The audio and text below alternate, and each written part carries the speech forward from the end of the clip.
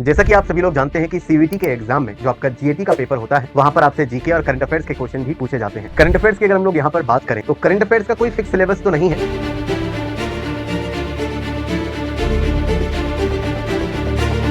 लेकिन आप अपने सीवीटी जीएटी के पेपर के लिए कम से कम 6 से 8 महीने की करंट अफेयर्स को कवर करके जाएंगे।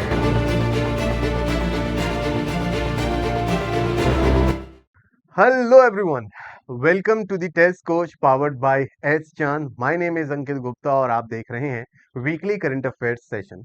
जैसा कि आप सभी लोग जानते हैं कि सीवीटी के एग्जाम में जो आपका जीएटी का पेपर होता है वहां पर आपसे जीके और करंट अफेयर्स के क्वेश्चन भी पूछे जाते हैं।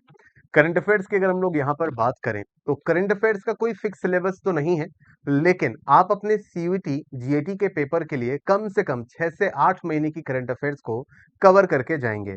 तो जो आपका नेक्स्ट यानी कि सीयूईटी 2026 का एग्जाम है, उस एग्जाम के लिए अगर मैं बात करूं तो अगस्त मंथ की जो करंट अफेयर्स है वो आपके लिए इंपॉर्टेंट रहेगी। तो यहां पर हम लोग पूरे हफ्ते की इंपॉर्टेंट करंट अफेयर्स का डिस्कशन करेंगे। तो अगस्त मंथ थर्ड वीक की जो भी इंपॉर्टेंट करंट अफेयर्स है इसे हम लोग इस वीकली करंट अफेयर्स में करेंगे कवर। एमसीक्यूज के माध्यम से हम लोग सेशन को आगे बढ़ाएंगे और साथ साथ करंट अफेयर्स पर डिटेल डिस्कशन भी करेंगे। तो चलिए शुरू करते हैं इस सेशन को। आगे बढ़ने से पहले आप सभी से एक रिक्वेस्ट कि अगर आप चैनल पर पहली बार आए हैं तो चैनल को सब्सक्राइब करना मत भूलिएगा, सेशन को लाइक करना मत भूलिएगा। चलिए शुरू करते हैं सेशन को और पहले क्वेश्चन के साथ करेंगे सेशन की शुरुआत। फर्स्ट क्वेश्चन आप सभी के सामने ये रहा। Question number 1 is that Tato second hydroelectric project is located in which state? तो बेसिकली एक हाइड्रो इलेक्ट्रिक प्रोजेक्ट है, नाम है इसका टाटो सेकंड। तो टाटो सेकंड जल विद्युत परियोजना भारत के किस राज्य में लोकेटेड है, भारत के किस राज्य में स्थित है? रिसेंटली अगर मैं बात करूं तो करंट अफेयर्स में ये जो आपकी यहाँ पर प्रोजेक्ट है ये चर्चा में था, खबरों में था। ये hydro electric project Arunachal Pradesh, Assam, Sikkim और वेस्ट बंगाल इनमें से किस स्टेट में लोकेटेड है? तो इस क्वेश्चन का सही जवाब है नॉर्थ ईस्ट इंडिया का सबसे बड़ा राज्य, नॉर्थ ईस्ट इंडिया का सबसे लार्जेस्ट स्टेट यानी कि अरुणाचल प्रदेश में ये परियोजना लोकेटेड है। अब ये परियोजना चर्चा में इसलिए थी क्योंकि recently cabinet committee on economic affairs ने रिसेंटली 8,146 करोड़ रुपए का जो अमाउंट है वो आपका यहाँ पर अप्रूव किया है फॉर द 700 मेगावाट। इस हाइड्रो इलेक्ट्रिक प्रोजेक्ट की अगर हम लोग बात करें तो इसकी जो क्षमता है वो 700 मेगावाट इलेक्ट्रिसिटी प्रोड्यूस करने की इसकी क्षमता है। तो 700 megawatt tattoo second hydro electric project जो कि बेसिकली अरुणाचल प्रदेश के सियोमी डिस्ट्रिक्ट में जो है वो आपका लोकेटेड है। ठीक है, तो इसकी वजह से ये प्रोजेक्ट चर्चा में था, खबरों में था। टाटो सेकेंड हाइड्रो इलेक्ट्रिक प्रोजेक्ट की अगर हम बात करें is on the Siyom river. तो बेसिकली ये प्रोजेक्ट सियोम नदी के पास आपका यहाँ पर लोकेटेड है। सियोम नदी पर ये प्रोजेक्ट आपका लोकेटेड है, यानी कि सियोम रिवर का जो पानी है इस पानी की मदद से यहाँ पर बिजली आपके यहाँ पर प्रोड्यूस की जाएगी near the tattoo village in. तो यहाँ पर जो पास में गांव है उसका नाम है Tato village in the West Siang district, और वेस्ट सियांग डिस्ट्रिक्ट अरुणाचल प्रदेश में इसकी लोकेशन रहेगी। 700 megawatt run of river project आपका यहाँ पर रहेगा और यहाँ से बिजली प्रोड्यूस करने के लिए जो हाइड्रो इलेक्ट्रिक प्रोजेक्ट है इसके लिए जो डैम बनाया जाएगा उसमें करीब 56 मिलियन क्यूबिक मीटर्स जो पानी आपका यहाँ पर है वो इकट्ठा किया जाएगा। यानी कि इस तरीके से इस प्रोजेक्ट को बनाया जाएगा और जो सियोम रिवर आपका है, सियोम रिवर के पानी को इकट्ठा किया जाएगा। सियोम रिवर के पानी को इकट्ठा करने के लिए जो रिजर्व है वो 56 मिलियन क्यूबिक मीटर का एरिया आपका यहाँ पर कवर करेगा, जिससे आपकी यहाँ पर बिजली प्रोड्यूस की जा सकेगी। ठीक है, next question. Question number second that is India semiconductor mission operates under which ministry? Semiconductor इस समय काफी चर्चा में है। सेमीकंडक्टर जो वर्ड है ये काफी चर्चा में है, काफी खबरों में है, क्योंकि जो दुनिया है वो सेमीकंडक्टर्स के लिए चाइना पर काफी हद तक निर्भर है और चाइना से सप्लाई कम होने की वजह से, वहां से सप्लाई रुकने की वजह से दुनिया भर में सेमीकंडक्टर्स की अगर हम लोग बात करें कोविड-19 पैंडेमिक में इसका काफी ज्यादा मतलब इसकी डिमांड बढ़ गई थी बट सप्लाई नहीं बढ़ पा रही थी, क्योंकि दुनिया वर्ल्ड लेवल पर अगर हम बात करें तो सेमीकंडक्टर्स के लिए चाइना पर निर्भर है। तो इंडिया को भी धीरे धीरे हम क्या कर रहे हैं, सेमीकंडक्टर हब बना रहे हैं ग्लोबल लेवल पर। तो इसके लिए इंडिया सेमीकंडक्टर मिशन आपका यहाँ पर चलाया हुआ है। इस मिशन को किस मंत्रालय के तहत आपका यहाँ पर ऑपरेट किया जाता है? चार ऑप्शन। भारत सेमीकंडक्टर मिशन किस मंत्रालय के अंतर्गत संचालित होता है? मंत्रालय का नाम आपको बताना है। मिनिस्ट्री का नाम ministry of science and technology, ministry of electronics and information technology, ministry of commerce and industry and ministry of heavy industries. चार ऑप्शन। सही जवाब इस क्वेश्चन का रहेगा ऑप्शन नंबर बी, यानी कि ministry of electronics and information technology. Option number B इस question का सही जवाब रहेगा। India semiconductor mission electronics and information technology मंत्रालय के अधीन आपका यहाँ पर संचालित हो रहा है, ऑपरेट हो रहा है। अगला question, question number 3, that is which organisation recently launch the Bhu Neer portal? इनमें से किस मंत्रालय ने, सॉरी, किस ऑर्गेनाइजेशन ने, किस संगठन ने भू-नीर पोर्टल आपका यहाँ पर लॉन्च किया है? इनमें से किस संगठन ने, किस ऑर्गेनाइजेशन ने भू-नीर पोर्टल रिसेंटली आपके यहाँ पर लॉन्च किया है? ऑर्गेनाइजेशन का नाम central pollution control board, central ground water authority, या फिर नेशनल वाटर डेवलपमेंट एजेंसी, या फिर ministry of environment and forest climate change. चार ऑप्शन। सही जवाब, भू-नीर पोर्टल को recently central ground water authority के द्वारा लॉन्च किया गया है। Central ground water authority. यहाँ पर जो इमेज आपको दिख रही है ये भू-नीर पोर्टल का होम पेज है। जब आप भू-नीर पोर्टल को ओपन करेंगे तो उसका होम पेज आपको कुछ ऐसा ही दिखेगा। भू-नीर पोर्टल के ऊपर थोड़ी सी बातचीत कर लेते हैं कि आखिर ये पोर्टल क्या है, सारी चीजें। अब इस पोर्टल का मेन एम है to regulate the underground development, underground water development and management. हमारे देश में अंडरग्राउंड वाटर यानी कि जमीन के नीचे जो पानी आपके यहाँ पर उपलब्ध है, उस पानी का कई बार बहुत ज्यादा मिसयूज होता है। जैसे कि ट्यूबवेल की मदद से हम अंडरग्राउंड वाटर को इस्तेमाल करते हैं एग्रीकल्चर में, सिंचाई के लिए। लेकिन मैंने बहुत सारे अर्बन एरियाज में भी देखा है, शहरी क्षेत्रों में भी देखा है कि लोगों ने अपने घर में एक तरीके से ट्यूबवेल, या लोगों ने अपने अपने घरों में समरसेबल पंप आपके यहाँ पर लगा रखे हैं।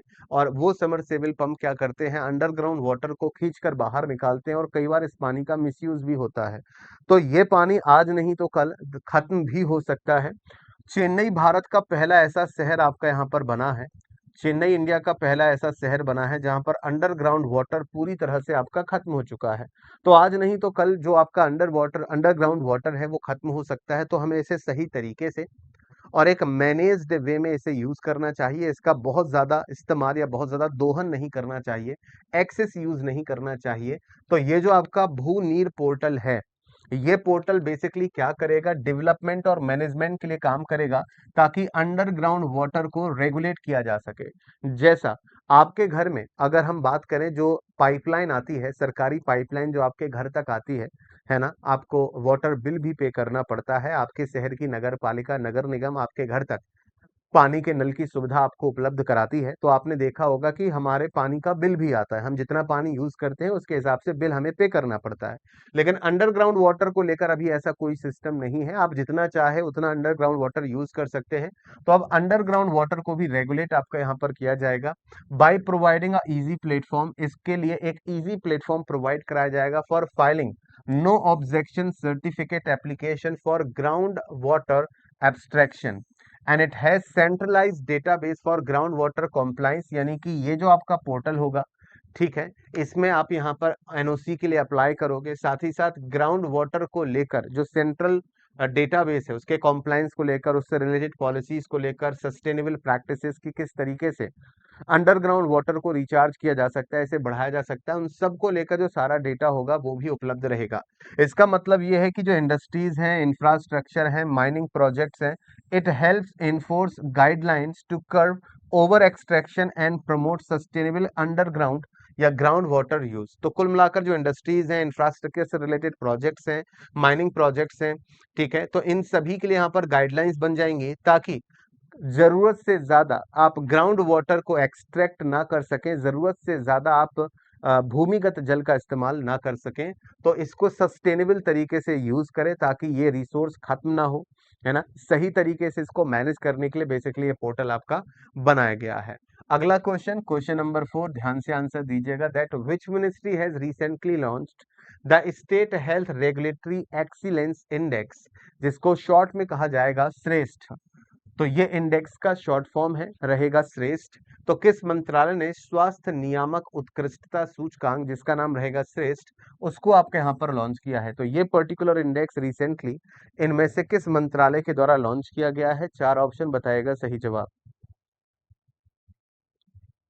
रिसेंटली इस इंडेक्स को किस ऑर्गेनाइजेशन के द्वारा लॉन्च किया गया है?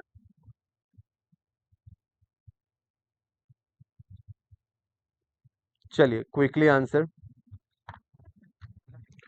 तो रिसेंटली बात यहाँ पर हेल्थ रेगुलेटरी इंडेक्स की हो रही है। तो यहाँ पर जब इंडेक्स में हेल्थ शब्द आपका यहाँ पर दिया गया है ना, तो इसका आंसर हो जाएगा कि ministry of health and family welfare, यानी कि जेपी नड्डा साहब का मंत्रालय, जो कि हमारे देश के हेल्थ मिनिस्टर बनते हैं। तो recently state health regulatory excellence index को हमारे देश की हेल्थ मिनिस्ट्री ने क्या किया है? लॉन्च किया है। तो हमारे देश की ministry of health and family welfare ministry ने रिसेंटली लॉन्च किया है state health regulatory excellence index, जिसका नाम रहेगा श्रेष्ठ। इसे ऑनलाइन यानी कि वर्चुअली इसे लॉन्च किया गया है। And it is India's first national initiative to benchmark and strengthening the state drug regulatory system using the transparent data driven framework. ये भारत का पहला एक नेशनल इनिशिएटिव है टू बेंचमार्क एंड स्ट्रेंथ, मतलब एक बेंचमार्क सेट किया जाएगा, एक स्टैंडर्ड सेट किया जाएगा और मजबूत बनाने के लिए कि जो राज्य का ड्रग रेगुलेटरी सिस्टम है, मतलब हमारे देश में जो दवाइयों का, ड्रग्स का, मतलब यहाँ पर हम ड्रग्स की बात कर रहे हैं, मेडिसिन की बात कर रहे हैं, उनका रेगुलेटरी सिस्टम, जिसमें ट्रांसपेरेंट तरीके से ड्रग्स को रेगुलेट किया जा सके और डेटा ड्रिवन फ्रेमवर्क आपका यहाँ पर बनाया है ताकि उनका सही इस्तेमाल हो सके। इसमें टोटली 27 इंडाइसेस आपके यहाँ पर है। तो इसमें जो दवाइयाँ बनाई जाती हैं उनकी मैन्युफैक्चरिंग स्टेट्स 23, इसमें प्राइमरली डिस्ट्रीब्यूशन स्टेट्स हैं, covering covering themes like human resources, HR हो गया, इंफ्रास्ट्रक्चर दवाइयों को बनाने का, लाइसेंस, उनका सर्विलांस, उनका रिस्पॉन्सिवनेस, इन सारी चीज़ों को ट्रैक करने के लिए ये इंडेक्स आपका रिसेंटली बनाया गया है, जो कि कहीं ना कहीं हमारे हेल्थ को, जो कि ड्रग्स या मेडिसिन से रिलेटेड जो भी चीज़ें आपकी यहाँ पर उनको कवर करेगा, ताकि ट्रांसपेरेंट तरीके से सर्विलांस, इंफ्रास्ट्रक्चर, ड्रग मैन्युफैक्चरिंग के लिए लाइसेंस, रिसोर्सेस, ये सारी चीजें इसमें इंक्लूड आपकी यहाँ पर हो सके। Next question, question number 6, that is Burevestnik Burevestnik nuclear powered cruise missile was developed by which country? Recently ये मिसाइल अभी चर्चा में थी, खबरों में थी, न्यूज वगैरह में भी ये मिसाइल छाई हुई थी, ठीक है। तो बुरे वेस्टनिक परमाणु ऊर्जा संचालित ये क्रूज मिसाइल किस देश के द्वारा विकसित की गई है? ये अंडर ट्रायल है, इसे डेवलप किया जा रहा है और ये अपनी तरह की दुनिया की पहली मिसाइल है। मैं अभी आपको आगे बताऊंगा कि ये क्यों अपनी तरह की दुनिया की पहली मिसाइल है, मैं आपको बताऊंगा।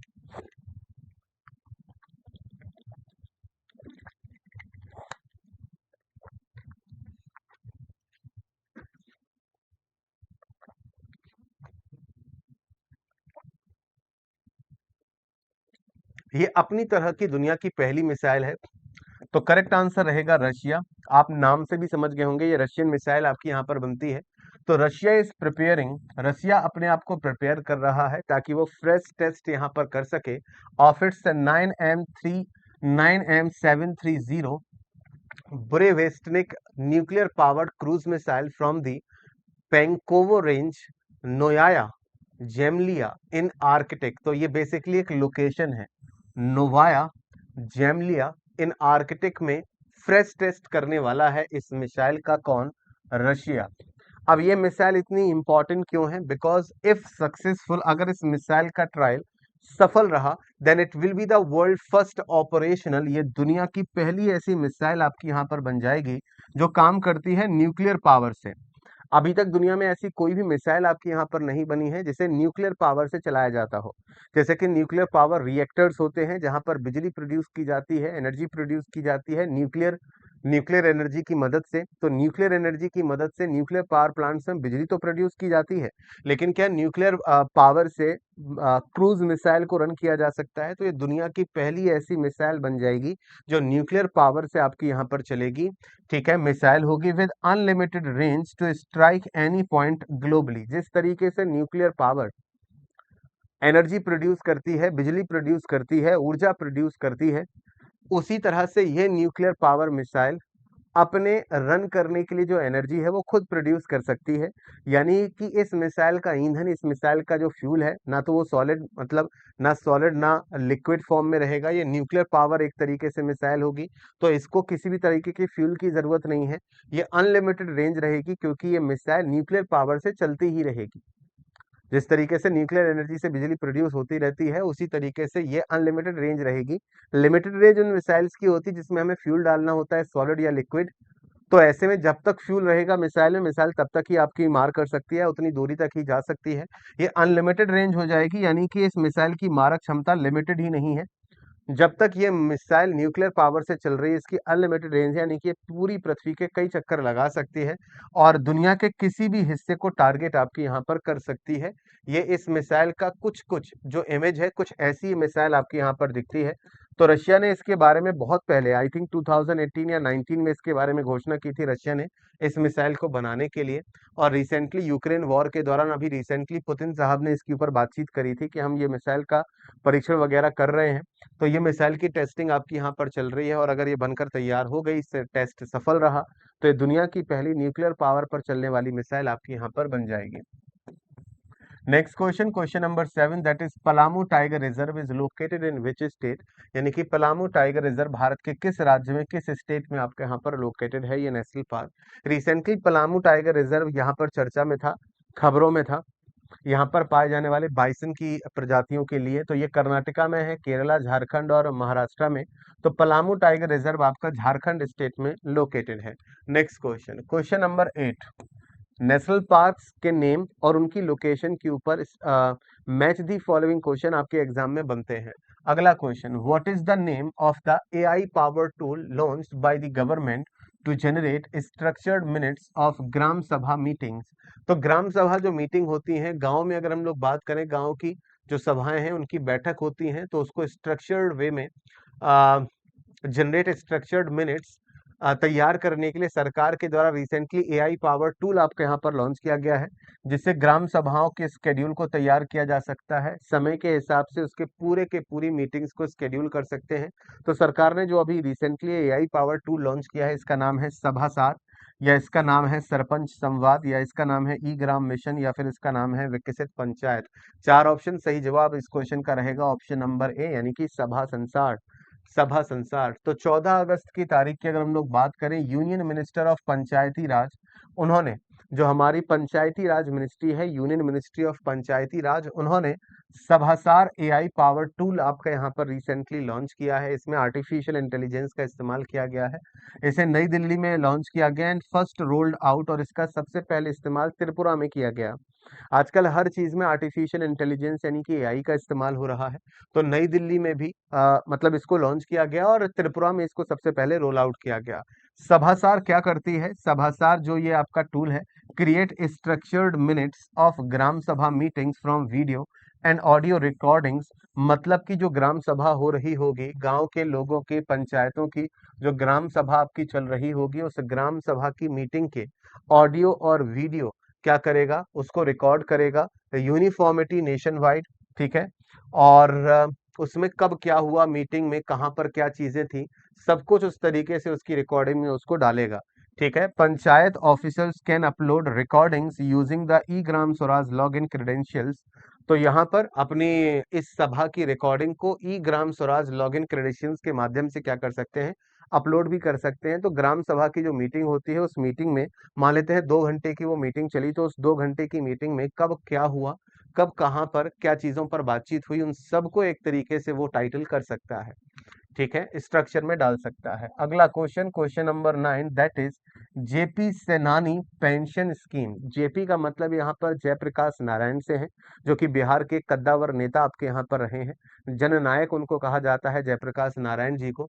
तो जेपी सेनानी pension scheme was launch by which state government. तो रिसेंटली हाल ही में किस राज्य सरकार ने जयप्रकाश नारायण सेनानी पेंशन योजना राज्य सरकार के द्वारा शुरू की गई है। तो सेनानी पेंशन योजना का मतलब यहाँ पर बेसिकली उन लोगों से है, स्वतंत्रता सेनानी, ये वर्ड आप लोगों ने सुना होगा। तो जिन लोगों ने देश की आजादी में, देश की इंडिपेंडेंस में बढ़ चढ़कर हिस्सा लिया, उसके लिए जेल भी गए, तो ऐसे स्वतंत्रता सेनानी जिन्होंने देश की आजादी के लिए काम किया, देश की आजादी के लिए लड़ाई लड़ी, और उस दौरान वो इस पूरे प्रकरण के दौरान वो जेल भी गए। ऐसे स्वतंत्रता सेनानियों के लिए ये आपकी पेंशन गुजरात स्टेट ने शुरू की है, राजस्थान स्टेट ने, उत्तर प्रदेश ने, या फिर बिहार स्टेट ने। तो सही जवाब इस क्वेश्चन का रहेगा आपका ऑप्शन नंबर डी, यानी कि बिहार स्टेट। चीफ मिनिस्टर आपके यहाँ पर रहेंगे नीतीश कुमार, जिन्होंने अनाउंसमेंट किया। So Bihar government has double the pension, Bihar सरकार ने पेंशन डबल कर दी है फॉर द जेपी सेनानीज political activist jail during the emergency. तो जिन लोगों ने आपातकाल के दौरान जब इमरजेंसी का पीरियड इंडिया में लागू था, इंदिरा गांधी देश की प्राइम मिनिस्टर थी 1975 में, जब देश में आपातकाल लगाया गया था, तो उस दौरान जो लोग या जो भी एक्टिविस्ट जेल गए थे, लोकनायक जयप्रकाश नारायण जी को सपोर्ट करते हुए, उस समय लोकनायक जयप्रकाश नारायण जी ने इंदिरा जी को हटाने का नारा दिया था, इंदिरा हटाओ देश बचाओ, आपातकाल के दौरान। तो जिन लोगों ने जयप्रकाश नारायण जी को सपोर्ट किया था और जेल गए थे, उनको पेंशन देने की बात थी इसमें। Pension for those jailed over 6 month, जिन लोगों ने 6 महीने से ज्यादा जेल आपकी काटी थी, तो उनकी पेंशन 15,000 से बढ़ाकर 30,000 रुपए कर दी गई है, ठीक है, पर मंथ। और पेंशन फॉर दोज जेल जिन्होंने 6 महीने से कम की गुजारी थी, उनकी पेंशन 7,500 से बढ़ाकर 15,000 रुपए, यानी कि यहाँ पर जो पेंशन का अमाउंट है वो सभी के लिए लगभग डबल हो चुका है। जिन्होंने 6 महीने से ज्यादा अ, जेल उस समय की गुजारा, तो उनकी पेंशन अब 30,000 हो चुकी है। 6 महीने से कम जेल गए थे तो 15,000 हो गई है। This adjustment falls under the JP सेनानी सम्मान पेंशन स्कीम। तो ये सारा का सारा जो ये सिस्टम है वो जेपी सेनानी सम्मान पेंशन स्कीम के तहत आता है। And the scheme was launch by the Bihar CM, Bihar के CM chief minister Nitish Kumar ji ने इस योजना की शुरुआत 2009 में की थी। और इस समय बिहार के अंदर 3,354 लोग ऐसे हैं जो इस योजना का लाभ आपका यहाँ पर उठाते हैं।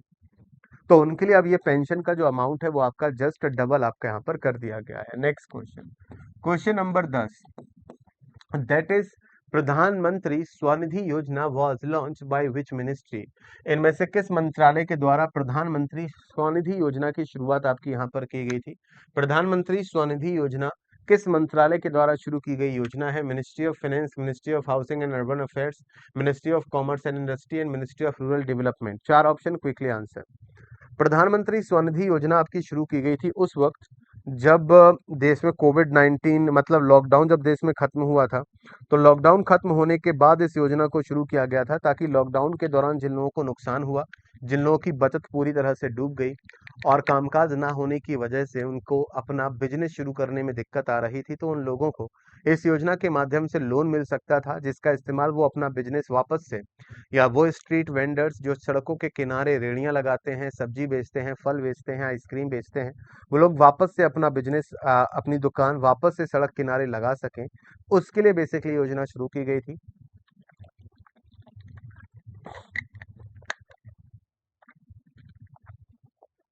तो क्वेश्चन ये है कि किस मंत्रालय के द्वारा प्रधानमंत्री स्वनिधि योजना शुरू की गई थी? तो ministry of housing and urban affairs के द्वारा यह योजना शुरू की गई थी। ये योजना बेसिकली स्ट्रीट वेंडर्स के लिए थी। तो recently prime minister Narendra Modi ji ने प्रधानमंत्री street vendors Atmanirbhar Nidhi, short में प्रधानमंत्री स्वनिधि योजना की तारीफ की है।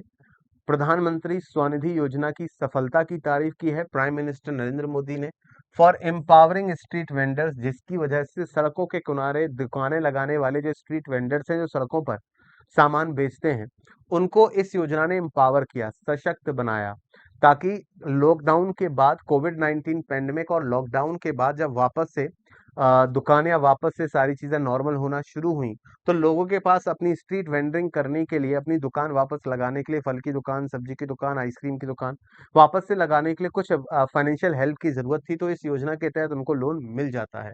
It is a central sector scheme, ये केंद्र सरकार की योजना थी, और माइक्रो क्रेडिट स्कीम थी, जिसमें आपको छोटा छोटा उधार आपको यहाँ पर मिल जाता है। योजना की शुरुआत हुई थी कोविड-19 लॉकडाउन के बाद, जब अनलॉक हो गया था, सारी चीजें नॉर्मल होना शुरू हो गई थी, तो 1 जून 2020 को इस योजना को लॉन्च किया गया था मिनिस्ट्री ऑफ हाउसिंग और अर्बन अफेयर्स के द्वारा, ठीक है। Scheme provides affordable working capital loans to the street vendors. इसके तहत लोगों को, या जो स्ट्रीट वेंडर्स आपके थे, सड़कों के किनारे चीजें बेचते थे, उनको यहाँ पर कोविड 19 पैंडेमिक की वजह से वो अफेक्ट हुए थे, उनकी बचत खत्म हो गई थी, तो वापस से उनको कुछ पैसा मिल गया अपनी दुकान वापस से शुरू करने का। इट इज इम्प्लीमेंटेड, इस योजना को सिडबी के माध्यम से इम्प्लीमेंट किया गया था। सिडबी हमारे देश का एक डेवलपमेंट बैंक है। फुल फॉर्म है सिडबी का small industries development bank of India. यानी कि ये छोटी छोटी इंडस्ट्रीज को, स्मॉल इंडस्ट्रीज को ग्रो करने में, उनके लिए पॉलिसी बनाने में, उनके लिए काम करता है small industries development bank of India. SIDBI का हेड ऑफिस इंडिया के लखनऊ सिटी में है। भारत की लखनऊ सिटी में सिडबी का हेड ऑफिस आपका है। And vendors can avail loans up to, vendors को 10,000 रुपए तक का लोन मिल जाता था, रीपेबल इन 1 ईयर, जो 1 साल में वो रीपे कर सकते थे मंथली इंस्टॉलमेंट्स में। तो अपनी दुकान वापस से कोविड 19 पैंडेमिक के बाद, क्योंकि कई महीनों तक देश में लॉकडाउन लगा रहा, लोगों की बचत कोविड 19 में खत्म हो गई, लोगों का पैसा कोविड 19 में खत्म हो गया, इलाज में पैसा आपका यहाँ पर लग गया, तो वापस से अब सारी चीजें नॉर्मल हुई, तो वापस से कैसे अपनी दुकान लगाएं, वापस से दुकान को शुरू करने के लिए कुछ मदद की जरूरत थी, तो सरकार ने उन वेंडर्स के लिए ये मदद आपकी यहाँ पर शुरू कराई थी। अगला question, question number 11, that is exercise SLINEX is a bilateral naval exercise between India and which country. तो स्लिनेक्स नामक जो एक्सरसाइज आपकी यहाँ पर बनती है, यह एक्सरसाइज भारत और किस देश के बीच में आयोजित आपकी यहाँ पर हुई है।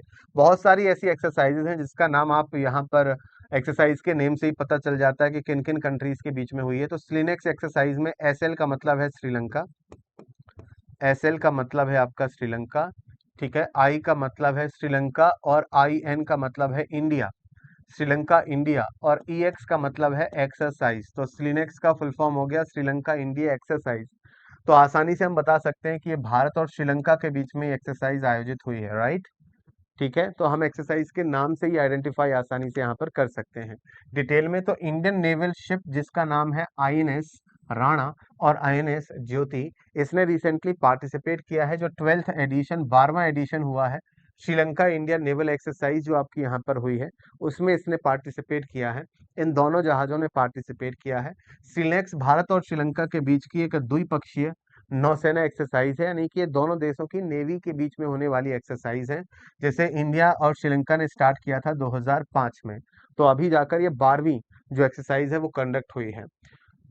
अब इस एक्सरसाइज से क्या होगा, तो इस एक्सरसाइज से उनका मैरीटाइम यानी कि समुद्री सहयोग दोनों देशों के बीच में बढ़ेगा, और इन दोनों देशों की इंटर ऑपरेटिबिलिटी, एक दूसरे पर निर्भरता, एक दूसरे से कुछ सीखना, एक दूसरे पर भरोसा, ये बढ़ेगा। नियरली 2 डिकेड्स, मतलब इस एक्सरसाइज को जब से शुरू किया गया है 2005 से लेकर 2025 तक, तो इस एक्सरसाइज को ऐसे दोनों देशों की नेवीज के बीच में भरोसा, कोऑपरेशन, सहयोग और विश्वास की भावना बढ़ी है। द फर्स्ट एडिशन, पहली बार, सॉरी द लास्ट एडिशन, इससे पहले जो 11वां एडिशन था इस एक्सरसाइज का, वो विशाखापत्तनम इंडिया में आयोजित हुआ था। तो लास्ट यानी कि 2024 वाला जो एडिशन था वो इंडिया के विशाखापत्तनम में आयोजित किया गया था। क्लियर। अगला question number 12, that is what is the name of the scheme announced by the Prime Minister Narendra Modi on the Independence Day to boost the formal job creation।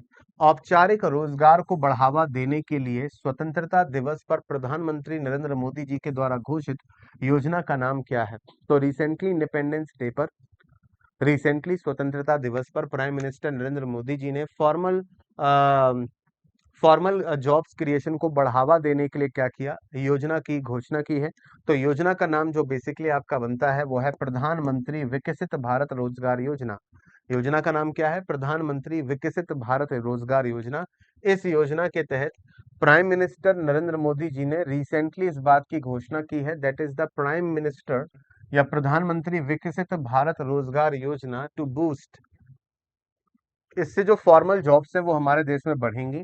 The scheme aims to create, इस योजना के माध्यम से 3.5 crore jobs बढ़ाने का लक्ष्य रखा गया है इन 2 ईयर्स, यानी कि 2 सालों में। It provides direct cash incentive to both the employees, इस योजना के तहत जो आपका बेसिकली कैश इंसेंटिव होगा वो एम्प्लॉयज और एम्प्लॉयर्स दोनों को आपका यहाँ पर मिलेगा।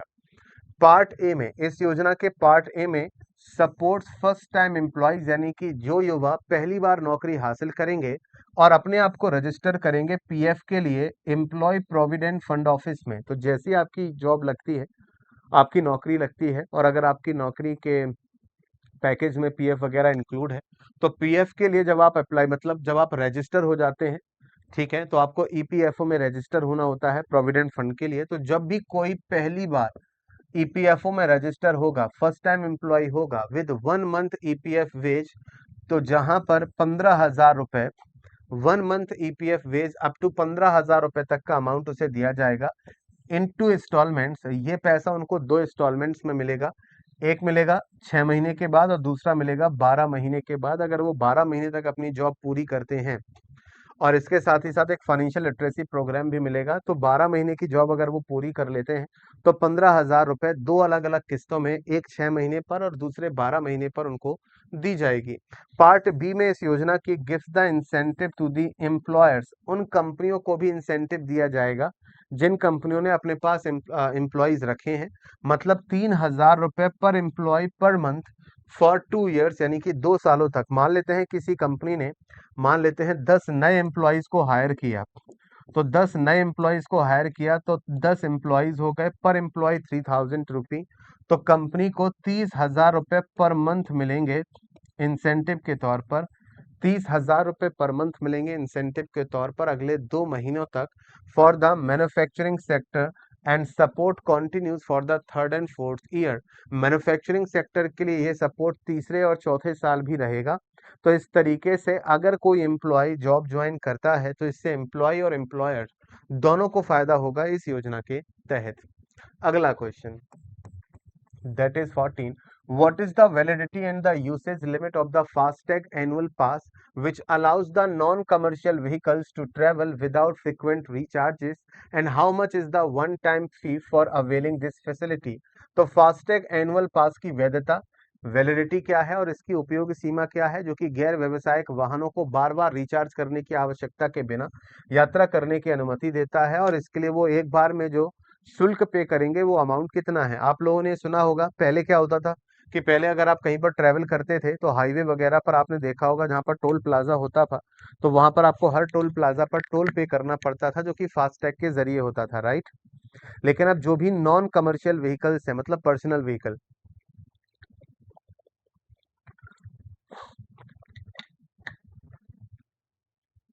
जो भी आपके पर्सनल व्हीकल्स हैं जो कमर्शियल पर्पज से नहीं चलाए जा रहे, अब उन्हें बार बार फास्टैग के लिए या टोल प्लाजा पर टोल पे करने की जरूरत नहीं है। एनुअली वो क्या कर सकते हैं, एनुअली वो 3,000 रुपए पे करेंगे, एक बार में वन टाइम 3,000 रुपए पे करेंगे, 1 साल की वैलिडिटी उनको मिल जाएगी। और देश में 200 टोल प्लाजा क्रॉसिंग जो होगी वो आराम से क्रॉस कर सकते हैं बिना कोई एक्स्ट्रा अमाउंट दिए। तो 200 टोल प्लाजा क्रॉसिंग लिमिट होगी, 3,000 रुपए 1 साल के लिए उनको देना होगा। क्लियर सभी को? ओके देन, नहाई national highway authority of India ने रिसेंटली फास्टैग एनुअल पास फैसिलिटी लॉन्च की है। 15 अगस्त 2025 से 1150 टोल प्लाजा जो देश के नेशनल हाईवेज और एक्सप्रेसवेज हैं उसमें, in line with the prime minister Narendra Modi vision to promoting technology and ease of living. इससे लोगों को टोल प्लाजा पर और आसानी हो जाएगी, ज्यादा पैसे भी पे नहीं करने पड़ेंगे। In the first day itself, करीब पहले दिन ही 15 अगस्त से ही 1.4 लाख यूजर्स ने यहाँ पर इसको एक्टिवेट किया, इस पास को परचेज किया। इन रिकॉर्डिंग 1.39 लाख ट्रांजैक्शंस आपके यहाँ पर राजमार्ग यात्रा एप्लीकेशन पर देखे गए। ठीक है, क्लियर है। अगला अगला question, question number 15, that is what is the cost of the meal for the workers at the newly launched Atal canteens in Delhi as announced by the chief minister Rekha Gupta to enhance the food security and improve the nutrition for economically weaker section. तो आर्थिक रूप से कमजोर वर्गों के लिए खाद्य सुरक्षा बढ़ाने के लिए और पोषण में सुधार करने के लिए दिल्ली की चीफ मिनिस्टर रेखा गुप्ता के द्वारा घोषणा की गई है कि नई दिल्ली में यहाँ पर अटल कैंटीन आपकी यहाँ पर शुरू की गई हैं। तो अटल कैंटीन्स में श्रमिकों के लिए यानी कि लेबरर्स को कितने रुपए में मील आपका यहाँ पर मिलेगा, पौष्टिक मील मिलेगा, न्यूट्रिशियस मील आपका मिलेगा, और वो भी मात्र 5 रुपए पर मील, यानी कि 5 रुपए में वो अपना मील परचेज कर सकते हैं अटल कैंटीन से। उनके लिए पोषण युक्त खाना रहेगा, ठीक है, जो लोग आर्थिक तौर पर कमजोर हैं, मजदूर हैं, गरीब हैं, उनके लिए तो दिल्ली की चीफ मिनिस्टर रेखा गुप्ता ने घोषणा की है अटल कैंटीन की इन हर फर्स्ट इंडिपेंडेंस डे स्पीच, जहां पर मात्र 5 रुपए में वर्कर्स को खाना दिया जाएगा और प्रॉमिस पक्का houses for all the slum residents. तो उन्होंने 15 अगस्त को दिल्ली के सभी निवासियों से, जो 15 अगस्त की स्पीच है उसमें उन्होंने ये कहा कि यहाँ पर जितने भी स्लम रेजिडेंट्स यानी कि जो लोग झुग्गी झोपड़ियों में रहते हैं, जिनके पास अपना खुद का घर नहीं है, झुग्गी झोपड़ी में रहते हैं, उनको पक्का घर बनाकर दिए जाएगा दिल्ली राज्य सरकार के द्वारा। अटल कैंटीन प्लान्स डिटेल्स, तो ऐसी करीब 100 कैंटीन्स ओपन की जाएंगी दिल्ली के अंदर। 100 canteens will be set up in Delhi slum cluster.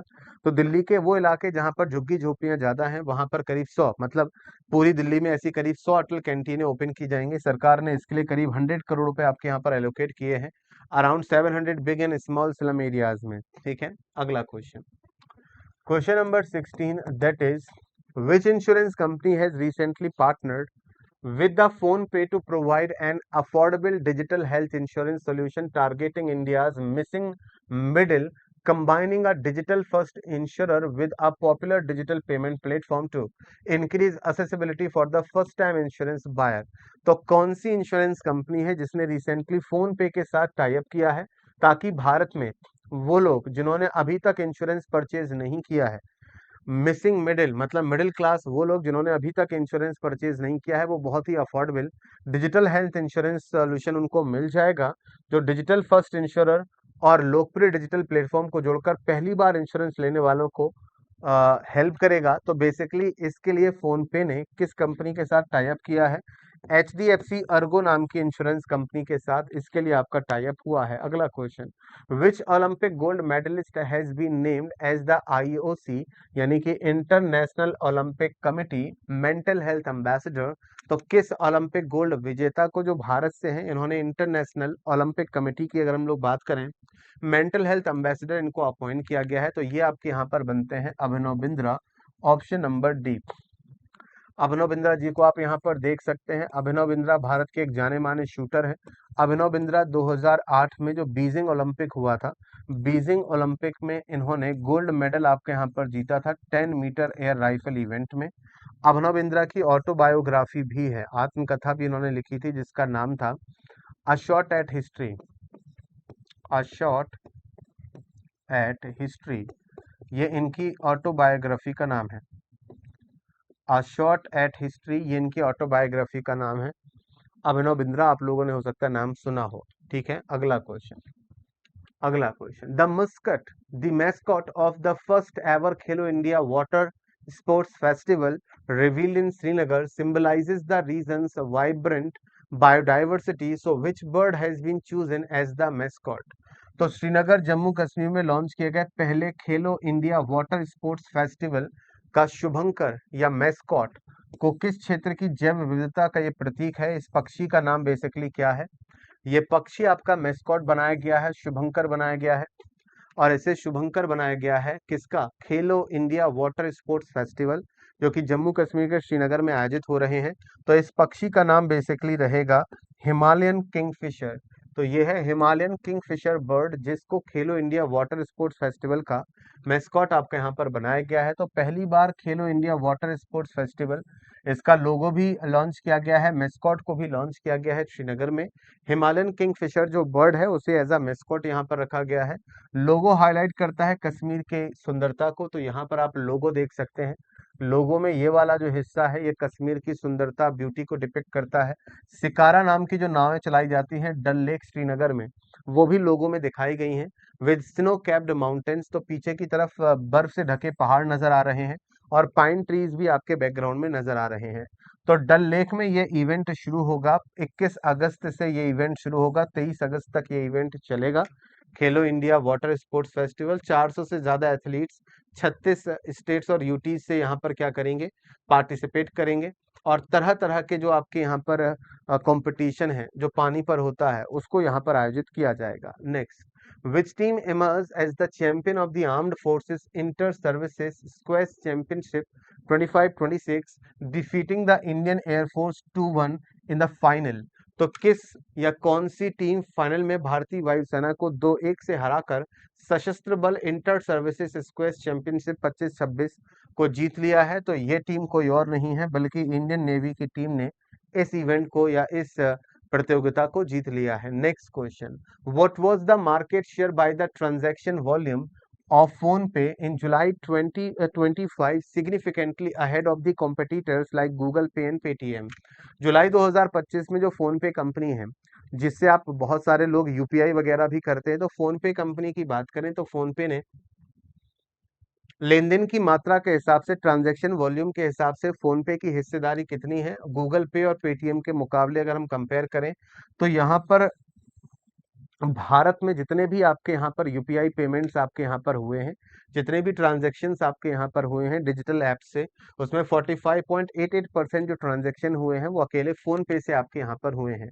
तो फोन पे लीड कर रहा है यूपीआई इकोसिस्टम में। जुलाई के महीने में लोगों ने सबसे ज्यादा फोन पे को यूज किया, जिसमें 8.93 बिलियन ट्रांजेक्शन हुए, और इन बिलियन ट्रांजेक्शन्स में 12.20 ट्रिलियन का जो अमाउंट है वो आपके यहाँ पर ट्रांसफर हुआ। तो करीब करीब देश के यूपीआई मार्केट का 45% मार्केट शेयर अकेले किसके पास है, फोन पे के पास है। गूगल पे की बात करें तो गूगल पे हमारे देश में करीब 35.56% लोग या यूपीआई ट्रांजैक्शन की बात करें तो उसमें गूगल पे है। पेटीएम की बात करें तो पेटीएम का शेयर इसमें 7% के आसपास है। ठीक है, अगला, which public sector bank has partnered with the Mumbai Metro One to provide smart ticketing solutions including smart cards, paper tickets and QR based tickets। तो किस सार्वजनिक क्षेत्र के बैंक ने, किस सरकारी बैंक ने स्मार्ट कार्ड, पेपर टिकट और क्यूआर आधारित टिकट सहित स्मार्ट टिकटिंग समाधान प्रदान करने के लिए मुंबई मेट्रो वन के साथ साझेदारी की है। तो मुंबई के अंदर जो मुंबई मेट्रो आपकी यहाँ पर चलाई जाती है, ठीक है, तो बेसिकली उसके लिए पेपर टिकट्स, स्मार्ट कार्ड और क्यूआर कोड बेस्ड टिकट्स को जनरेट किया जाएगा। तो इसके लिए इंडियन ओवरसीज बैंक ने आपके यहाँ पर पार्टनरशिप की है। इंडियन ओवरसीज बैंक एक सरकारी बैंक है जिसका हेड ऑफिस आपका चेन्नई सिटी में लोकेटेड है। Where is the headquarter of IOC, तो चेन्नई में है। बीओबी का हेडक्वार्टर है आपका वडोदरा में। बैंक ऑफ बड़ौदा का हेडक्वार्टर है वडोदरा में। एसबीआई का हेड ऑफिस है आपका मुंबई में। पंजाब नेशनल बैंक का हेड ऑफिस है नई दिल्ली में। अगला question, who was the governor of Nagaland who recently passed away at the age of 80 in Chennai. तो नागालैंड के राज्यपाल आपके यहाँ पर कौन थे जिनका हाल ही में 80 साल की उम्र में चेन्नई में इनकी डेथ आपकी यहाँ पर हो गई है। तो इनका नाम था आपका ला गणेशन जी, जिनकी हाल ही में क्या हो गई है, डेथ आपकी यहाँ पर हो गई है। Next, that which bank has recently launched a special collateral free personal loan। यानी कि लोन लेने के लिए आपको कुछ भी गिरवी रखने की जरूरत नहीं है। कोलेटरल फ्री लोन स्कीम है ये, एक्सक्लूसिवली फॉर दी अग्निवीर, मतलब ये योजना केवल अग्निवीरों के लिए है, जिन्होंने अग्निवीरों के तहत पार्टिसिपेट करते हैं जो भारतीय सेना में, तो अग्निवीरों के लिए है, under the Agnipath recruitment programme. तो किस बैंक ने अग्निपथ भर्ती कार्यक्रम के तहत अग्निवीरों के लिए विशेष रूप से एक विशेष कोलेट्रल फ्री लोन स्कीम शुरू की है, जहां कुछ भी गिरवी रखे आपको लोन मिल सकता है। तो इसकी शुरुआत आपकी की है एसबीआई ने, यानी कि स्टेट बैंक ऑफ इंडिया ने। Next, Pahal scheme was launch by which ministry recently. हाल ही में तो किस मंत्रालय के द्वारा पहल स्कीम को शुरू किया गया है, किस मंत्रालय के द्वारा रिसेंटली पहल स्कीम को शुरू किया गया है। चार option,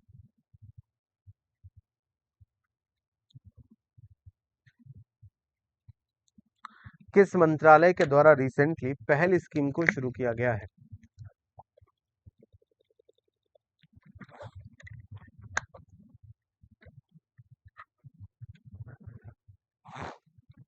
So the right answer is option number A, ministry of petroleum and natural gas. Option number A is the right answer है। तो रिसेंटली भारत सरकार ने रिसेंटली हैज डीएक्टिवेटेड ओवर, पहल योजना किसने शुरू की है, मंत्रालय का नाम हो गया पेट्रोलियम एंड नेचुरल गैस। अब यहाँ पर ध्यान से सुनिएगा, रिसेंटली भारत सरकार ने 4 करोड़ गलत यानी कि फेक और इनएक्टिव जो एलपीजी गैस कनेक्शन थे उन्हें क्या कर दिया है, डीएक्टिवेट कर दिया है। यानी कि ऐसे एलपीजी कनेक्शन, आपके घर में सिलेंडर और एलपीजी का जो कनेक्शन होता है उसकी एक कॉपी होती है, गैस की कॉपी होती है। तो ऐसे करीब करीब हमारे देश में 4 करोड़ फेक और गलत एलपीजी कनेक्शंस थे जिन्हें सरकार ने डीएक्टिवेट कर दिया है पहल स्कीम के तहत। As inform recently in the parliament, Pahal का फुल फॉर्म है प्रत्यक्ष हस्तांतरित लाभ। पहल का फुल फॉर्म प्रत्यक्ष हस्तांतरित लाभ। ये एक डीबीटी स्कीम है, यानी कि डायरेक्ट बेनिफिट ट्रांसफर स्कीम है। डायरेक्ट बेनिफिट ट्रांसफर स्कीम का मतलब ये होगा कि जो पैसा होगा सरकारी योजना का, या जो भी सब्सिडी या जो भी पैसा होगा, वो डायरेक्टली आपके बैंक अकाउंट में क्रेडिट हो जाएगा। पैसा डायरेक्टली ऑनलाइन आपके खाते में आ जाएगा। फॉर द एलपीजी सब्सिडी, जो भी पैसा आपको एलपीजी सब्सिडी के तौर पर मिलता है by the ministry of petroleum and natural gas. ठीक है, ओके। इस योजना के तहत कंज्यूमर्स पे द फुल मार्केट प्राइस।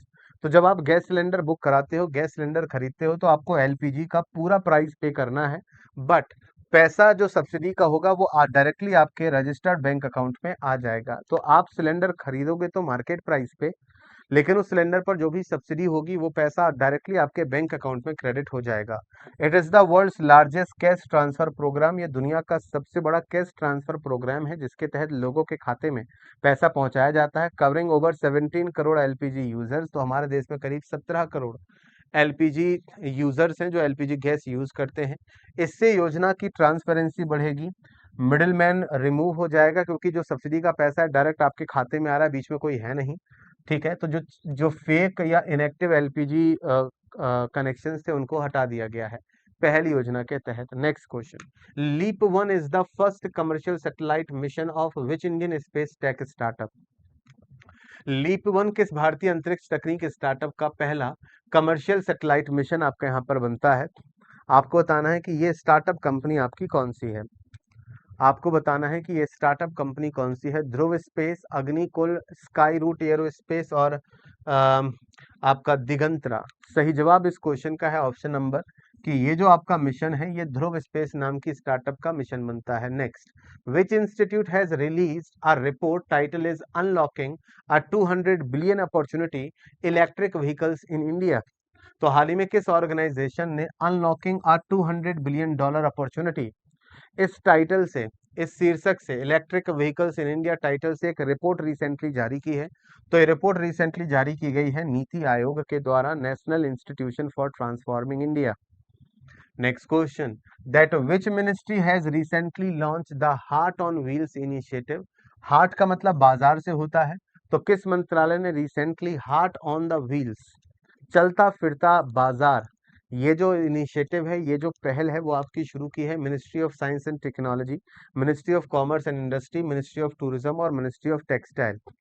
इनमें से किसने रिसेंटली ये इनिशिएटिव शुरू किया है? तो सही जवाब है D option, ministry of textiles ने ministry heart on wheels initiative को रिसेंटली क्या किया है, शुरू किया है।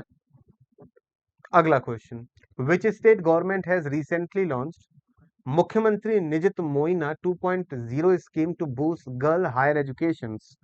तो किस राज्य सरकार ने लड़कियों की उच्च शिक्षा को, हायर एजुकेशन को बढ़ावा देने के लिए मुख्यमंत्री मुख्यमंत्री निजुत मोइना योजना की शुरुआत आपकी यहाँ पर की है? तो मुख्यमंत्री निजुत मोइना योजना की शुरुआत आपकी यहाँ पर की है असम स्टेट ने।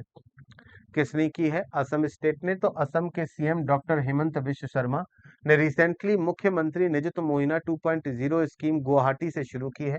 इस योजना के तहत मंथली फाइनेंशियल सपोर्ट यहाँ पर मिलेगा लड़कियों को, टू इंक्रीज गर्ल्स एनरोलमेंट। अगर लड़कियां हायर एजुकेशन के लिए एनरोल करती हैं, ठीक है, ग्रेजुएशन और पोस्ट ग्रेजुएशन के लिए वो एनरोल करती हैं, तो उन्हें मंथली फाइनेंशियल सपोर्ट मिलेगा, ठीक है, ताकि उनकी पढ़ाई रुके ना। Nijut Moina 2.0 is a flagship initiative to reduce the school drop out rates. तो बेसिकली इस योजना के तहत जो स्कूलों में हायर एजुकेशन के लिए जो ड्रॉप आउट, मतलब हायर एजुकेशन की पढ़ाई बंद कर देते हैं, नहीं पढ़ते, तो ड्रॉप आउट कम होगा।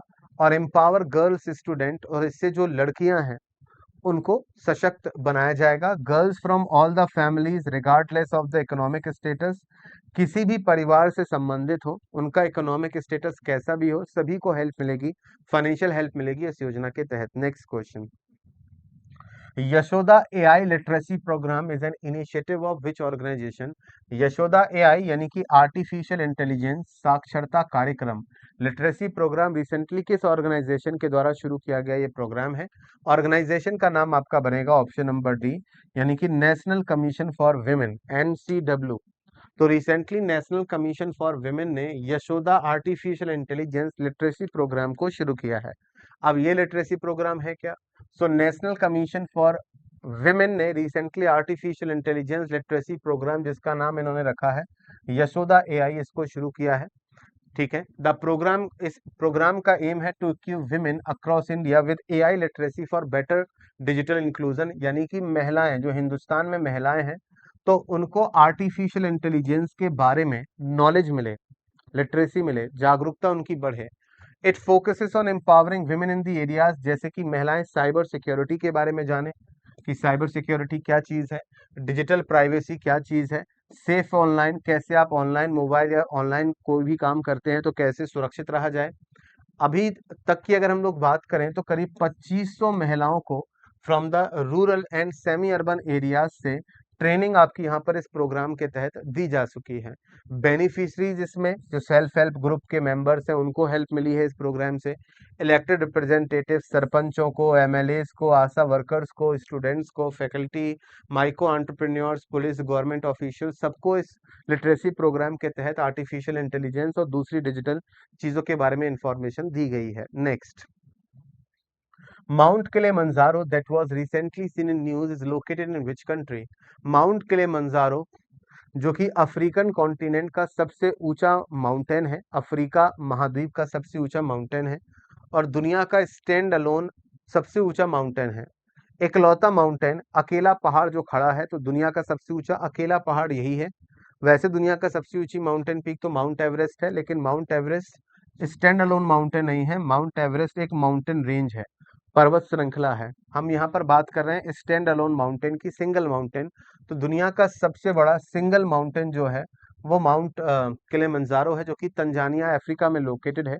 ये अफ्रीका का सबसे ऊंचा माउंटेन पीक भी आपका यहाँ पर बनता है। ठीक है। तो Kabak Yano, mountaineer from the Arunachal Pradesh, India के अरुणाचल प्रदेश से कबक यानो ने रिसेंटली माउंट किलिमंजारो पर चढ़ाई पूरी कर ली है। माउंट किलिमंजारो अफ्रीका की सबसे ऊंची पर्वत चोटी बनती है and she is on a 7 summits expedition to scale the tallest peak of all over the 7 continents. तो ये जो आपकी यहाँ पर फीमेल है, नाम है इनका कबक यानो, ये दुनिया के सातों महाद्वीपों की सातों सबसे ऊंची पर्वत चोटियों को फतह करना चाहती हैं और इस क्रम में रिसेंटली इन्होंने अफ्रीका की सबसे ऊंची माउंटेन पीक माउंट किलिमंजारो को फतह कर लिया है। ये इंडिया के आंध्र प्रदेश अरुणाचल प्रदेश से लोग बिलोंग करती हैं। माउंट किलिमंजारो तंजानिया के नॉर्थ ईस्टर्न एरिया में लोकेटेड है, केन्या बॉर्डर के पास। इसकी ऊंचाई 5,895 मीटर है, याद रखिएगा। ये एशिया की सबसे टॉलेस्ट पीक है, एशिया की सबसे ऊंची पर्वत चोटी है दुनिया की। और ये वर्ल्ड्स हाईएस्ट, जैसे कि मैंने आपको अभी कहा, दुनिया का सबसे ऊंचा फ्री स्टैंडिंग माउंटेन है, स्टैंड अलोन माउंटेन भी है। ठीक है। किलिमंजारो एक स्ट्रेटो वॉल्केनो है जिसकी 3 कोन है, जिनको कहा जाता है किबू या फिर माविंजी और शीरा। आप ये भी कह सकते हो कि माउंट किलिमंजारो की 3 पर्वत चोटियां हैं। माउंट किलिमंजारो की 3 पर्वत चोटियां हैं, किबू, मवांजी, माविंजी और शीरा। ये माउंट किलिमंजारो की 3 पर्वत चोटियां बनती हैं। नेक्स्ट, विष्णु घाट पीपल कोटी hydro electric project is located in which state? तो ये प्रोजेक्ट अभी रिसेंटली चर्चा में था, खबरों में था। तो ये जो आपका प्रोजेक्ट है ये कहाँ पर लोकेटेड है? ये प्रोजेक्ट आपका कहाँ पर लोकेटेड है? ये अभी रिसेंटली चर्चा में था, ये आपका खबरों में था। बताएगा सही जवाब, क्विकली आंसर। विष्णु घाट पीपल कोटी हाइड्रो इलेक्ट्रिक प्रोजेक्ट भारत के किस राज्य में लोकेटेड है? ये रिसेंटली चर्चा में था, खबरों में था। बताइएगा सही जवाब। करेक्ट आंसर, ये आपका उत्तराखंड स्टेट में लोकेटेड है, ये अभी रिसेंटली चर्चा में था। ठीक है। तो विष्णु घाट, अगर हम बात करें, यहाँ पर एक सडन लैंडस्लाइड हुआ है इस प्रोजेक्ट के पास ही। विष्णु घाट पीपली कोटी हाइड्रो इलेक्ट्रिक प्रोजेक्ट जो कि चमोली उत्तराखंड में लोकेटेड है। 12 वर्कर्स यहाँ पर इंजर हो गए थे, 4 क्रिटिकली हर्ट हुए थे। ये प्रोजेक्ट अलकनंदा नदी पर आपका बनाया जा रहा है। उत्तराखंड में अलकनंदा नदी पर बनाया जा रहा है, जो गंगा नदी की एक बड़ी ट्रिब्यूटरी आपकी यहाँ पर बनती है। इसके बन जाने के बाद ये जो प्रोजेक्ट आपका यहाँ पर है, ये 444 मेगावाट इलेक्ट्रिसिटी आपका यहाँ पर प्रोड्यूस करेगा, ये hydro electric project. Which country has developed the dark eagle hypersonic missile system? किस देश ने डार्क ईगल हाइपरसोनिक मिसाइल प्रणाली को आपके यहाँ पर विकसित किया है? 4 ऑप्शन। तो ये मिसाइल प्रणाली अमेरिका से रिलेटेड है। अमेरिका ने रिसेंटली इस मिसाइल प्रणाली को क्या किया है? डेवलप किया है। अगला question, world tribal day is observed every year on which day? विश्व आदिवासी दिवस हर साल किस तारीख को मनाया जाता है? तो ये आपका 9 अगस्त को मनाया जाता है। 9 अगस्त को नागासाकी डे भी मनाया जाता है, नागासाकी डे और world tribal day. Notary portal was launch by which ministry recently, तो हाल ही में किस मंत्रालय ने नोटरी पोर्टल को आपका लॉन्च किया है? किस मंत्रालय ने नोटरी पोर्टल को लॉन्च किया है? तो ministry of law and justice के द्वारा रिसेंटली नोटरी पोर्टल को लॉन्च किया गया है। तो नोटरी पोर्टल प्रोवाइड करेगा सारी की सारी ऑनलाइन सर्विसेज। तो ये online services under the notaries act 1952 और नोटरीज रूल्स 1956 के तहत जो ऑनलाइन सर्विसेज है वो आपको प्रोवाइड की जाएंगी, and it connect notaries appointed by the central government with the government of India various services. तो आपको यहाँ पर ये आपको कनेक्ट करेगा नोटरीज से, यानी केंद्र सरकार के द्वारा नियुक्त किया जाएगा। तो ये पोर्टल इंश्योर करेगा बिना फेसलेस, बिना वहां पर जाए, पेपरलेस, डिजिटल, ट्रांसपेरेंट और efficient system. Currently modules for the eligible verification and issuance of the digitally sign certificate of practice in new notaries are live. National narcotics help, जिसका नाम है मानस, इसको रिसेंटली किस मंत्रालय ने लॉन्च किया है? राष्ट्रीय नारकोटिक्स हेल्पलाइन मानस किस मंत्रालय के द्वारा शुरू की गई सर्विस है? तो ये service recently ministry of home affairs के द्वारा शुरू की गई है। Ministry of state in the ministry of home affairs ने अभी रिसेंटली राज्यसभा को इन्फॉर्म किया अबाउट द सक्सेस ऑफ मादक पदार्थ निषेध निषेध सूचना केंद्र। तो बेसिकली मानस का ये फुल फॉर्म बनेगा, मादक पदार्थों का मतलब हो जाएगा नशीले पदार्थ, ड्रग्स वगैरह।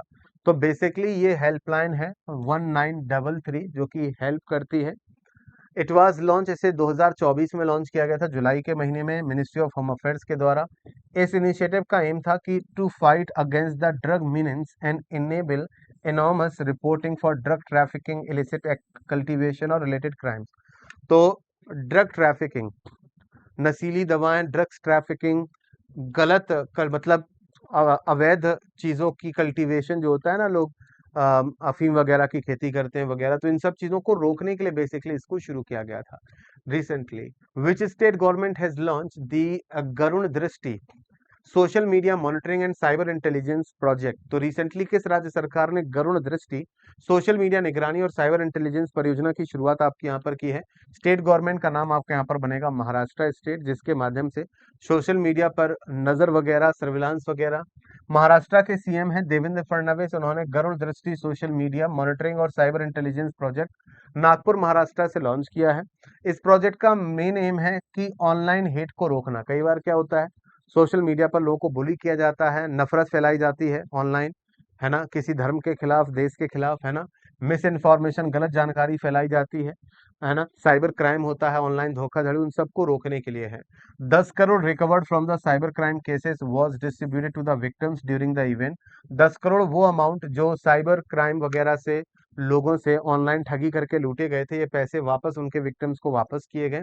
The tool will help police detect hate post. तो इस टूल की मदद से पुलिस को नफरत फैलाने वाले जो पोस्ट हैं, एंटी इंडिया प्रोपेगेंडा, भारत के खिलाफ, कास्ट टेंशन कंटेंट जो जातियों के बीच में नफरत फैलाता है, ऑनलाइन ड्रग सेल्स, इन सबको रोकने के लिए इस टूल को यूज किया जाएगा।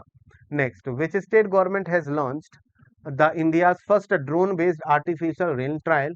तो किस राज्य सरकार ने भारत का पहला ड्रोन आधारित कृत्रिम वर्षा परीक्षण, मतलब हम यहाँ पर केमिकल्स की मदद से आर्टिफिशियली रेन आपके यहाँ पर कंडक्ट कराएंगे, है ना, तो उसको कंडक्ट किया है? तो रिसेंटली सही जवाब आपके यहाँ पर रहेगा राजस्थान स्टेट।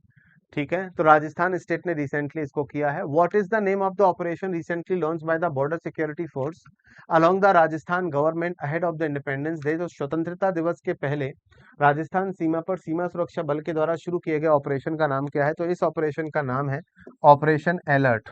ये ऑपरेशन हमने शुरू किया है राजस्थान बॉर्डर पर। ठीक है, तो BSF launch operation alert along the Rajasthan border 11 से 17 अगस्त के बीच में, इंडिपेंडेंस डे के आसपास। ऑपरेशन में हमें यहाँ पर पेट्रोलिंग, ड्रिल्स और एसओपीस को देखना, ये सारी चीजें, क्योंकि जिस तरीके से पहलगाम में आतंकवादी हमला हुआ, उसके बाद से 15 अगस्त पर भी आतंकवादी हमला या इस तरीके की कोई नापाक हरकत हमारा पड़ोसी कर सकता है, तो बेसिकली उसके लिए। इंटरनेशनल यूथ डे की थीम क्या है? इंटरनेशनल यूथ डे की थीम आपकी बनती है local youth actions for sustainable development goals and beyond. This is the theme of the 2025 international youth day, जो कि आपका मनाया गया 12 अगस्त को। इंटरनेशनल यूथ डे कब मनाया गया? इंटरनेशनल यूथ डे आपका मनाया गया 12 अगस्त को, याद रखिएगा। अगला, अच्छा, तो ये लास्ट क्वेश्चन था आज के सेशन का। तो इस क्वेश्चन के साथ हम लोग करेंगे सेशन को यहीं पर समाप्त। एंड आई होप कि आप सभी को ये पॉइंट आपको यहाँ पर समझ में आया होगा। क्या आप लोग इसी तरह से मंथली करंट अफेयर्स का रिवीजन भी चाहते हैं? अगर आपका जवाब है यस, तो मुझे कमेंट सेक्शन में लिखकर बताएगा कि ये सर मंथली करंट अफेयर्स का रिवीजन भी करना है। तो पूरे महीने की करंट अफेयर्स का रिवीजन अगर आप करना चाहते हैं अपने सीयूटी के एग्जाम के लिए, तो आप एक बार कमेंट करके मुझे यहाँ पर बता दीजिएगा। ठीक है, चलिए आगे चलते हैं और आपके लिए कुछ जरूरी चीजें आप सभी को बतानी है। तो चलिए कुछ जरूरी चीजें आप सभी के साथ डिस्कस कर लेते हैं। ठीक है, कुछ जरूरी चीजें आप सभी के साथ डिस्कस कर लेते हैं, और वो जरूरी चीज क्या है वो भी मैं आपको बता देता हूँ। तो चलिए चलते हैं और आपको बताते हैं कि आपके लिए एक बहुत ही जरूरी इंफॉर्मेशन है जो आपको यहाँ पर मुझे देनी है। और वो जरूरी इंफॉर्मेशन क्या है? वो जरूरी इंफॉर्मेशन है कि आप सभी टेस्ट कोच की एप्लीकेशन पर या टेस्ट कोच की वेबसाइट से भी आप लोग कोर्स को ज्वाइन कर सकते हैं। आप सभी के लिए यहाँ पर हमने लॉन्च किया है सफलता ह्यूमैनिटीज का बैच। तो सफलता ह्यूमैनिटीज का जो बैच आपका यहाँ पर बनता है, ये बेसिकली उन स्टूडेंट्स के लिए है।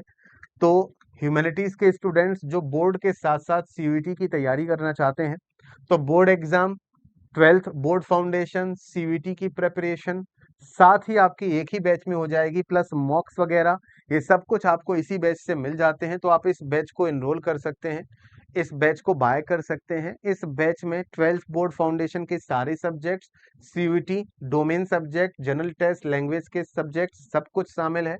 700 प्लस आपको यहाँ पर लाइव क्लासेस और रिकॉर्ड क्लासेस मिल जाती हैं, और हर सब्जेक्ट के 50 मॉक टेस्ट आपको मिल जाते हैं। तो मॉक टेस्ट के लिए भी कुछ भी नहीं करना। अब आप इसका जो प्राइस है वो 9999, तो आप इस प्राइस पर 20% का ऑफ भी आप यहाँ पर हासिल कर सकते हैं।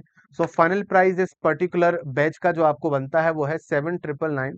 आप मात्र 7999 के अमाउंट में twelfth board foundation plus CUT, CUT के अंदर domain subject, GT, language, plus हर सब्जेक्ट के 50 mock test, previous year solve papers, आपके बोर्ड एग्जाम के solve papers, chapter wise test, PDF, e notebook, सब कुछ आपको इस बैच में मिल जाता है मात्र 7999 में। तो आज ही टेस्ट कोच की एप्लीकेशन को डाउनलोड कीजिए, लिंक आपको डिस्क्रिप्शन में मिल जाएगी, या वेबसाइट पर courses.testcoach.in पर आप जा सकते हो।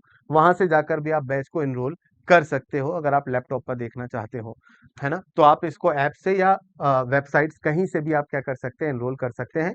तो जल्द ही जल्द इसको एनरोल कर लीजिए, ताकि आपके ट्वेल्थ बोर्ड के साथ साथ आप सीयूटी के लिए प्रिपेयर कर सकें और आगे अपनी फेवरेट यूनिवर्सिटी को ज्वाइन कर सकें। तो आज के लिए फिर इस सेशन में इतना ही।